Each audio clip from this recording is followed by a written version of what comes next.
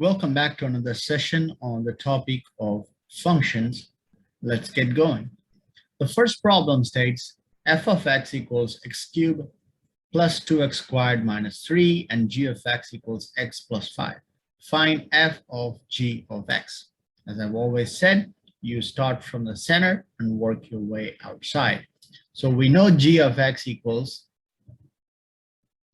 x plus 5, right?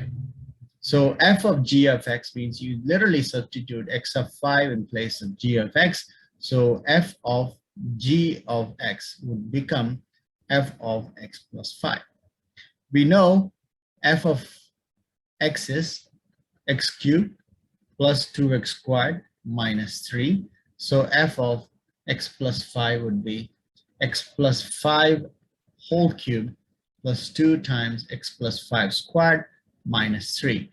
This is nothing but a plus b whole cube, which is a cubed plus 3a squared b plus 3ab squared plus b cubed, right? A here is x and b is 5.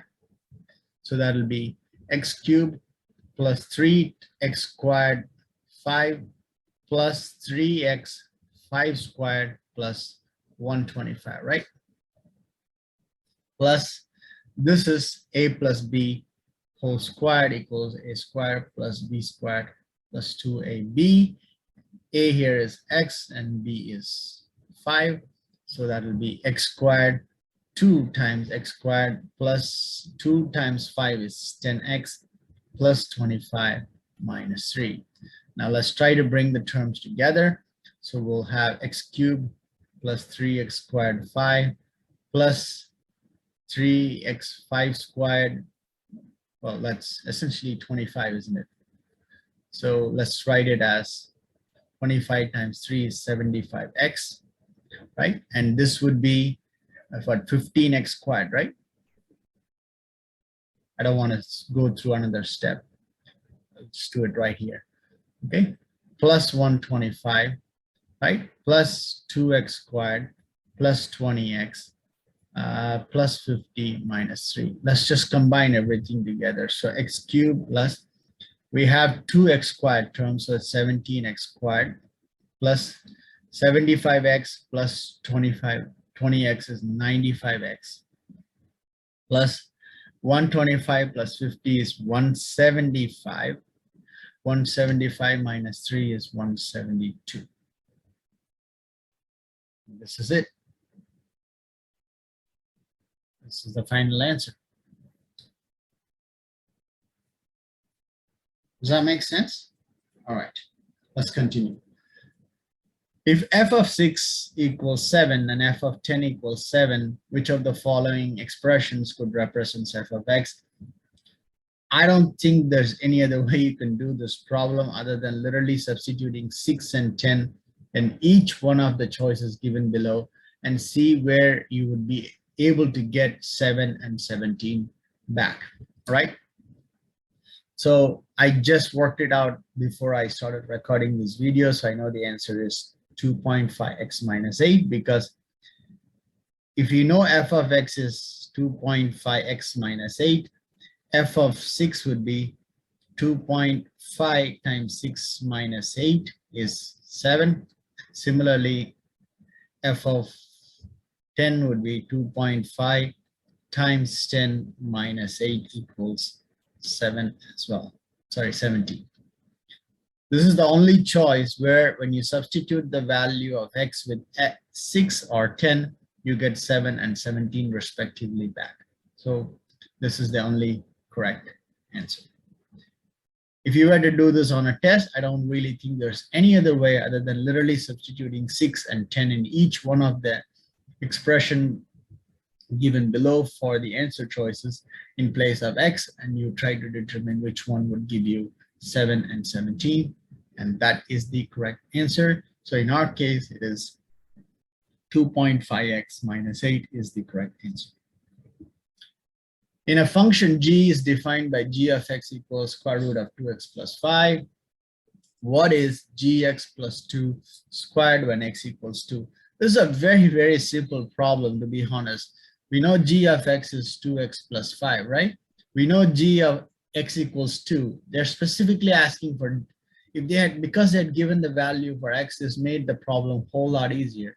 So it's 2 times 2 plus 5, that's square root of 9 is 3. Now we go and substitute g of x plus, we have to figure this out, right? So g of x is same as g of 2, which is same as 3. So it's essentially 3 plus 2 squared equals 5 squared equals 25.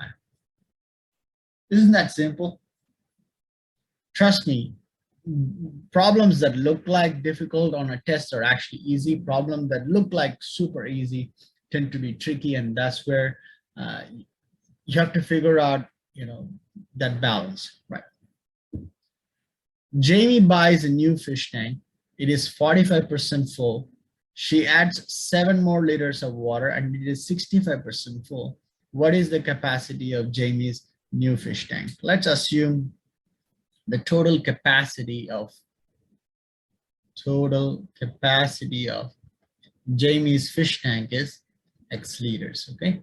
Initially, it was 45% full, so X over 45, X times 45 over 100 liter is what is initially full, which is same as 0.45 X liters, right? And then she adds 7 liter to whatever was present, and it's 65% full. That will be X times 65 over 100 liter.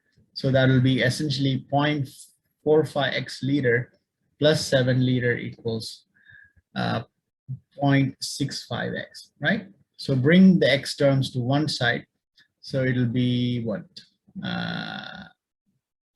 0.65X minus 0.45X equals 7. This is what, 0.2, right? Equals 7. So X equals 7 over 0.20. I think it's 35. Yeah, 35. So Jamie's fish tank's capacity is 35 liters. Very straightforward. There's really nothing complicated about the problem. You just have to assume the total capacity to be X, and then from there you work your way out one at a time, and then eventually you will get with a proper algebraic expression like this one right here. From there you can solve for the value of X, and X is the total capacity, hence 35 liter is the correct answer. If f of x equals x cubed plus c and f of minus 3 equals 7, what is c? Very simple. So f of x equals x cubed plus c. So f of negative 3 means we substitute x with negative 3. So negative 3 cubed plus c. This is equal to 7. So negative 27 plus c equals 7. C implies c equals, we just add 27 on both sides, is 34. Right? Simple. Let's go to the next problem. F of x equals x squared plus x minus 2, g of x equals x minus 3, f of g of x. We know we need to start from the center and work our way out. So g of x equals x minus 3. So f of g of x is same as f of x minus 3. So we know f of x equals x squared plus x minus 2. So f of x minus 3 equals x minus 3 squared plus x minus 3 minus 2. This is x squared minus 6x plus 9 plus x minus 3 minus 2. So it's x squared minus 5x. And then this is 9 minus 5 is 4. That's it. Very simple, isn't it? If f of x equals 2x squared minus 5, where x is an integer, which of the following could be value for f of x? Okay. Now, they've clearly said it's an integer, right? And which of the following could be the value for f of x?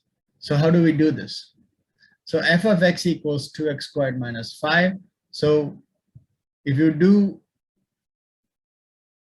f of 0, okay, well, what you have to do is if f of x equals 0, okay, that means 2x squared minus 5 is equal to 0.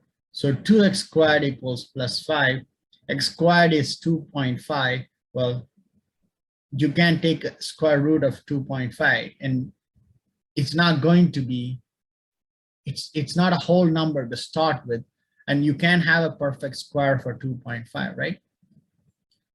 Because you don't have a perfect integer to start with, you can't have a proper integer as a square root itself. So 0 is not possible because x is an integer, right? Similarly, f of x equals 3. So 2x squared minus 5 equals 3. So 2x squared equals negative 3 plus 5 is 8, right? So 2x squared equals 4. X squared equals x equals square root of 4 is plus or minus 2, right? So this is possible. An integer can be negative or positive. So f of x equals 3 is possible. Similarly, 2x squared minus 5 equals negative 3. 2x squared equals negative 8. X squared equals negative 4. This is an imaginary number, right? So that's not going to work because it's asking for an integer, right? If you take the square root of negative 4, that is plus or minus 2 root I, right? The square root of negative 1 is I. Because it contains an imaginary component, negative 3 is not possible because this is imaginary and is not a proper integer. So that means only 3 is the correct answer. So it's 2. Right? Again, you have to use the answer choices to equate it to f of x and then solve the problem. I don't really think you can do it any other way, considering I've not shown any of the answer choices. And even if I have shown, I guess you're going to guess. It'll be 1 and 1 only, 2 only, 1 and 2, 2 and 3. It still doesn't help you answer the question, which is why I felt the answer choice is not going to help you solve the problem. Hence, I completely eliminated it. So you just have to figure out how to do it. And then you look at the answer choice, you would see 2 only, and that's the correct answer. Okay. All right, this will be the last couple of problems on this topic. There's 2 problems here. The first problem is if f of x equals 2x squared plus 3, g of x equals x minus 3. What is f of g of x? As always, g of x equals x minus 3. So f of g of x equals f of x minus 3, right? Essentially, you substitute g of x with x minus 3. We know f of x equals 2x squared plus 3. So f of x minus 3 would be 2 times x minus 3 squared plus 3. That'll be 2 times x squared minus 6x plus 9 plus 3. That'll be 2x squared minus 12x plus 18 plus 3. It's 2x squared minus 12x plus 21. That's it. Let's solve the last problem in this video. It'll be, we know f of x equals x squared plus 2 and g of x equals x minus 4. What is g of f of 2, right? We know we need to first find f of 2. So we need to substitute 2 in place of x in the f of x expression. So it's 2 squared plus 2. That's 4 plus 2 equals 6. So f of 2 equals 6. So g of f of 2 would be, just substitute f of 2 with 6, essentially same as g of 6. G of x equals x minus 4. So g of 6 would be 6 minus 4 equals 2. Very simple. If you've learned something and it was worth your time, then please consider subscribing to my channel. Please share the videos with your family and friends.